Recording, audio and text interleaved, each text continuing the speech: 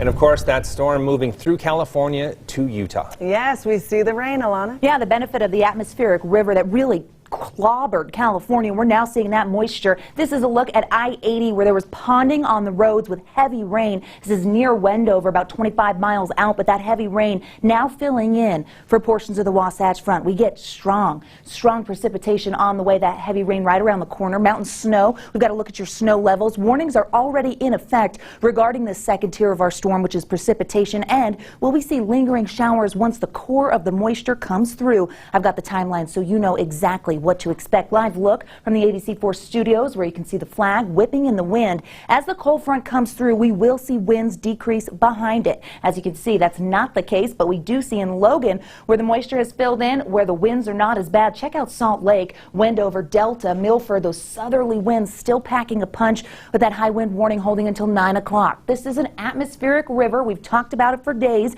We know it's a narrow corridor that brings a tremendous amount of moisture, and that's what we're going to see fill in for the Beehive State, already dealing with it. Let's take a closer look, get pinpoint on that storm tracker radar. Cache Valley, Park Valley, all the way down into Ogden. We see that rain in and around Salt Lake, in the West Desert, towards Tooele County, getting echoes of moisture near Spanish Fork Canyon, into Nephi, and even into southern Utah on the I-15 corridor, but just to the west of it in Milford and Enterprise, tapping in to some light showers. This will become heavier, and we're going to see those snow levels drop as the front comes in. As we head into the overnight, those snow levels hit 6,500 feet. They get down to the benches by tomorrow morning, and some snowflakes could mix in with the rain, but most of that moisture moving in ahead of the cold air. Now, we will eventually dry out, but our mountains going to get hit with some heavy snow totals. That's why a winter weather advisory is posted. It goes into effect at 6 o'clock tonight, holds on until noon. Central, southern mountains part of this, the Uintas, the Wasatch. We're talking about